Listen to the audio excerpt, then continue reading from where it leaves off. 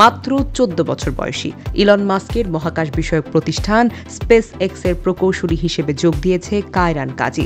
Space এক্সের প্রযুক্তিগতভাবে challenging এবং আনন্দঘন সাক্ষাৎকার সফলতার সঙ্গে ইতরে গিয়ে এই চাকরি পেয়েছে বাংলাদেশি বংশোদ্ভূত এই কিশোর।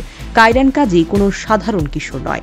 এই বয়সেই তিনি যুক্তরাষ্ট্রের সান্তা ক্লারা ইউনিভার্সিটি থেকে কম্পিউটার বিজ্ঞান এবং প্রকৌশল বিভাগ থেকে সম্মান ডিগ্রি অর্জন করেছেন। সুনামধন্য এই প্রতিষ্ঠানটির 172 বছর বয়সের ইতিহাসে সর্বকনিষ্ঠ গ্র্যাজুয়েট তিনি। এখানেই শেষ নয়, ইলন মাস্কের মহাকাশ বিষয়ক প্রতিষ্ঠান স্পেস এক্সের প্রকৌশলী হিসেবে নিয়োগ পেয়েছেন এই কিশোর। সেখানে তিনি শটারলিং প্রকল্পে একজন সফটওয়্যার ইঞ্জিনিয়ার হিসেবে কাজ করবেন।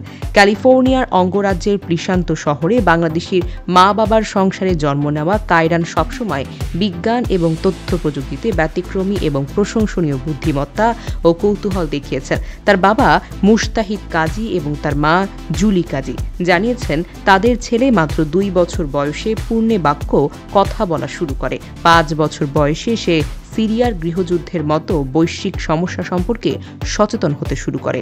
বিভিন্ন আইকিউ পরীক্ষায় শিশু বয়সে সে অত্যন্ত প্রতিভাবান হিসেবে পরিচিত পায়। কায়রান শুধু একজন প্রতিভাবানই তো নয়, তিনি সামাজিক সম্পর্ক বজায় রাখতে যথেষ্ট পটু।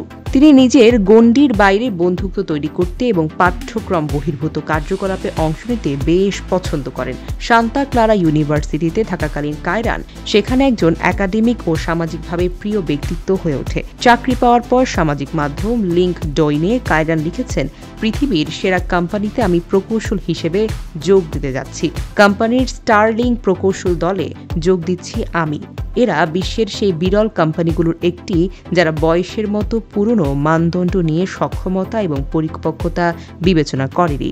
2 বছর বয়স থেকেই প্রতিভার ঝলক দেখিয়ে আসছে কাজী। সে বয়সেই পূর্ণাঙ্গ বাক্যে কথা বলতে পারত। কিন্ডারগার্টেন স্কুলে ভর্তি হওয়ার পর সে রেডিওতে শোনা গল্প বন্ধুদের কাছে বলতো।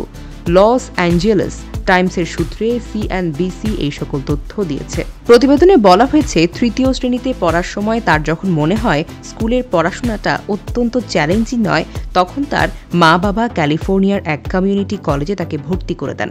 তখন তার মনে হয় সেই বয়সে যা শেখা দরকার সে তখন তা শিখতে পারছে। এরপর 11 বছর বয়সে সে সান্তা ক্লারা বিশ্ববিদ্যালয়ে কম্পিউটার সায়েন্স এবং ইঞ্জিনিয়ারিং বিভাগে ভর্তি হয়।